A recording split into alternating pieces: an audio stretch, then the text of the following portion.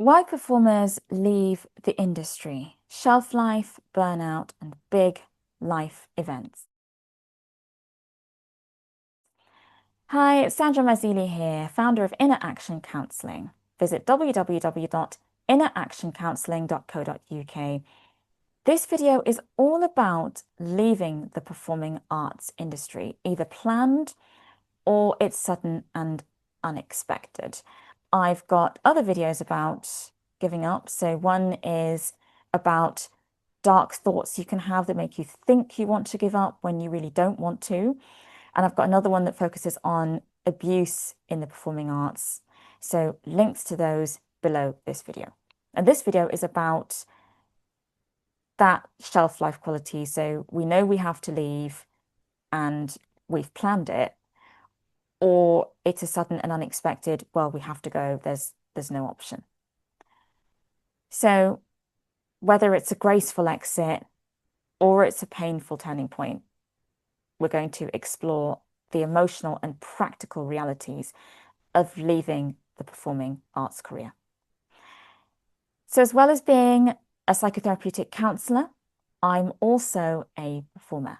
So I understand a lot of what this means from a personal point of view, professionally as well. And professionally, I've spent lots of time around performers and creatives, and I've worked with lots of people navigating this point where you're transitioning, and this thing that once defined you as a person starts to change.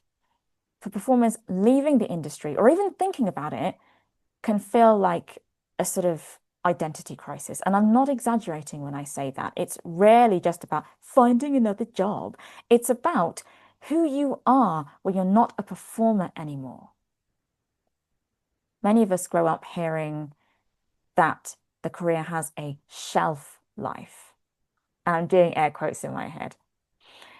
So dancers are aware of body changes once you get to a certain age group, and it's drummed into them that the body will give out at a certain point. Actors worry about work drying up when they reach a certain age.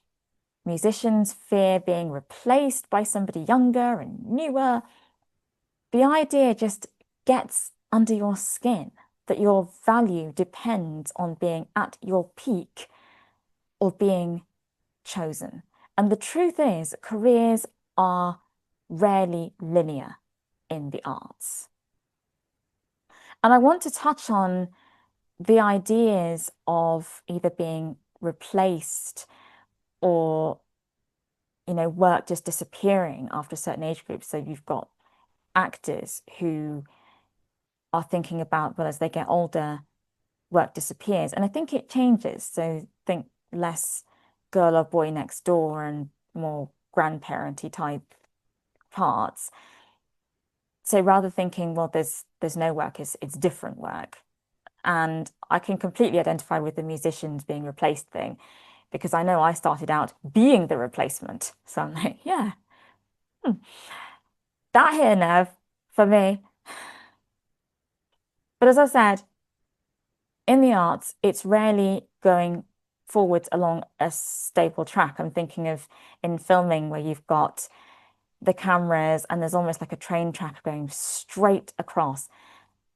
And careers in the arts aren't really like that. They're cyclical, they're unpredictable, and often tied to circumstances aligning with each other, or environment, or timing, or your health.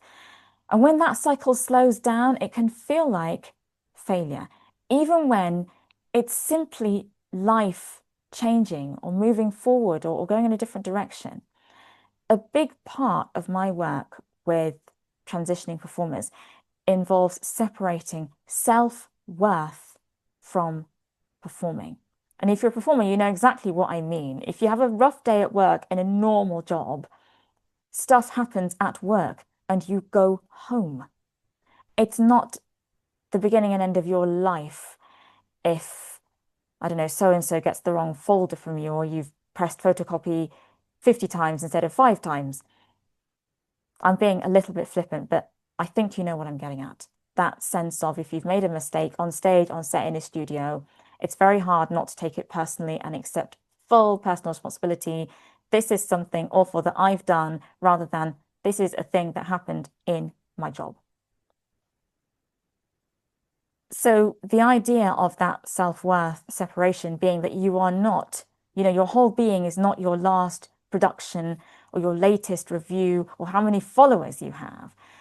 That's a change of perspective that takes time.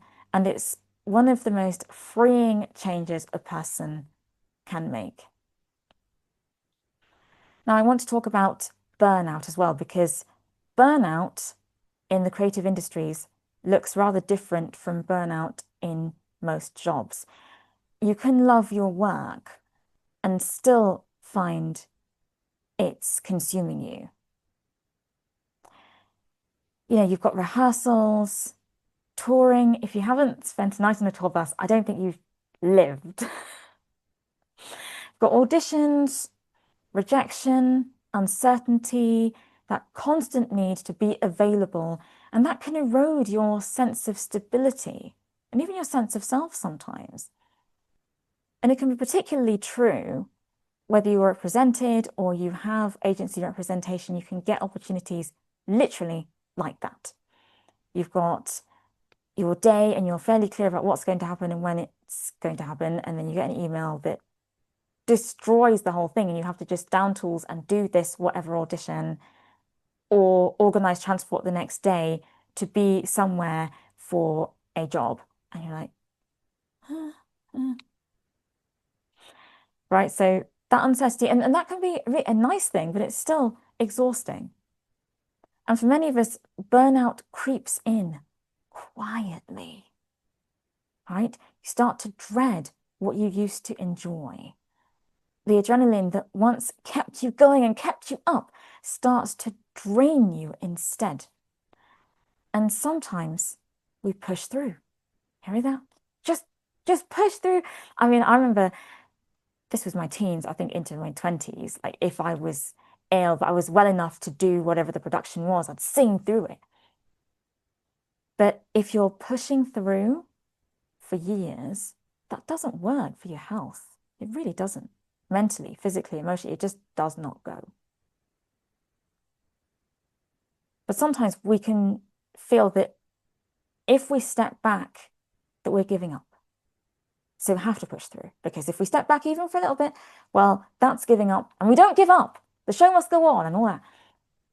So when we finally admit to ourselves that this is more than being a bit tired, that we are burnt out, we have to step back, that isn't a sign of weakness.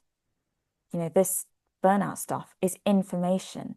It's your body and mind saying, this way of working isn't sustainable anymore. Recovering from burnout often involves rest and also grief. Grief for the version of you that could once keep up with that pace, and for the dream that may need to be reimagined. Sometimes the reason for leaving is more sudden.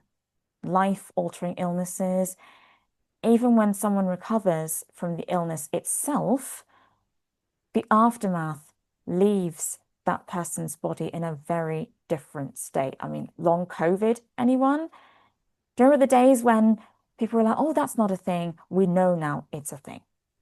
I mean, imagine being a singer or a sports person when COVID or long COVID and ventilator usage or anything else you can think of has ruined your lung function. Life-changing physical injury. Think about life as a ballet dancer and an upper or lower limb has been removed. In any circumstance you can think of, illnesses, accident, how can you continue as you did? I'm not saying you can't dance anymore, but you can't do it as you used to. Care needs may change. Let's say your family member needs constant care and looking after, and for some reason or another, that falls to you. life events can completely change your priorities and your capacity.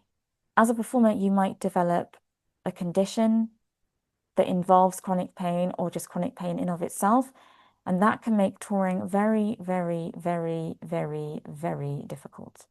Or the loss of a loved one can make that uncertainty and freelance life feel unbearable. In those moments, it's common to feel guilt, as if you're giving up or pulling out. So and so else would never do that. Others would love to do what I'm doing. And often it's not giving up at all. It's responding to reality, acknowledging that change can be painful, and it can also open space for a new kind of creativity. When you've spent years defining yourself through your art, leaving it behind can feel like losing yourself. Thoughts could start to creep in, like, if I'm not a performer, who am I now? That question is at the heart of many conversations I have with performers in transition. Some of us find meaning elsewhere. Teaching, writing, mentoring, creating in different ways. For others, it's about learning to be okay without constantly producing. That process can feel unsettling. And it's also where growth often begins. You're not taking a metaphorical eraser and rubbing out your artistic identity. You're expanding it. Leaving the industry often brings a mix of emotions: relief, sadness, shame, pride, confusion, sometimes a bit of shock, like, have I just done that? Because a lot of us start very, very, very young. It's quite different from typing or law or construction. I don't think there are too many 3-year-olds strutting around in court the same way you can get a 3-year-old modeling, you know? It's a different world, and I don't need to explain this to you if you're a performer. But anyone playing this video who isn't one might feel like, has she lost her mind? Like, 3? Oh, yes. So there can be a bit of shock and kind of that whole life. And if you were a child performer and have continued on into adulthood, you know, I started as a kid, and I wasn't quite that young. I was 6 when I was a soloist, first of all. But anyway, if you're leaving as an adult, let's say you're 20 or 30 or even 40, you may well have spent more time on stage, on set, and in studios than any other time. So I talked about grief earlier, and I'm not exaggerating about that. So if you are feeling those things, that's completely normal. And sometimes you can feel all this stuff all at once, you know, the guilt and relief and sadness and shock and confusion and all of this stuff concurrently. And there's also a practical side: financial worries, lost networks, the fear of being forgotten. And these reactions are normal. I will say it again. These reactions are normal. You've invested time and passion and identity into something deeply personal. In therapy, we often explore how to acknowledge those feelings without getting stuck in them. Because sometimes we do, we get kind of bogged down in that swimming pool of stuff, and you just float on top of it and notice what's happening without getting sucked into it. And so that might mean talking about what performing gives you and what it gave you, and also what it costs. It's not about pretending it didn't matter, because it clearly did, and obviously still does. And it's about allowing yourself to move forward without carrying unnecessary guilt or regret. If you're working with me, we would take this at your pace and work together to help you move forward beyond any pain connected to all this, so you can live the life you want to in a new way that you yourself have built.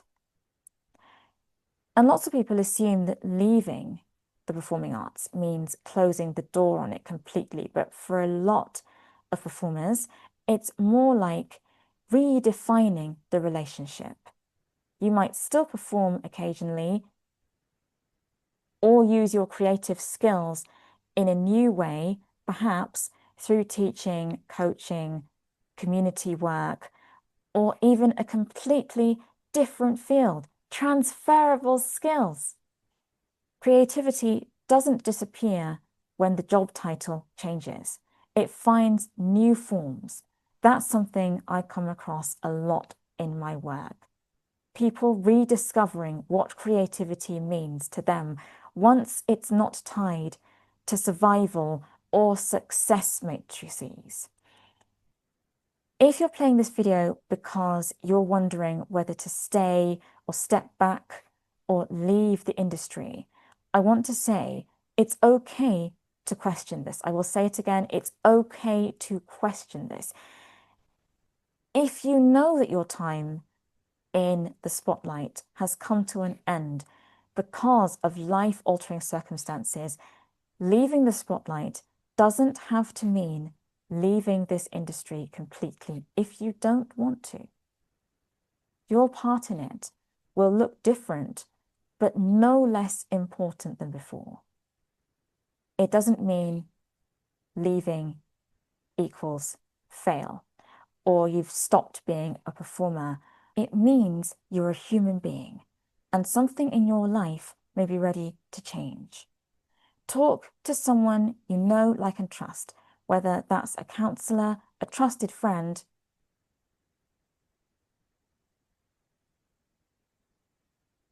or another performer who's been through it. Okay, they can help you find clarity rather than rushing a decision. Leaving the performing world doesn't cancel out who you are. It reshapes it. The skills, the resilience, and emotional intelligence you've built don't disappear when the curtain falls, as it were. They become part of what comes next. So thanks for joining me for this. I know this subject is not fun by any means, but thank you again for your company, and like and subscribe for more interesting content. If you want more videos like this, let me know. And until next time, take care and bye for now.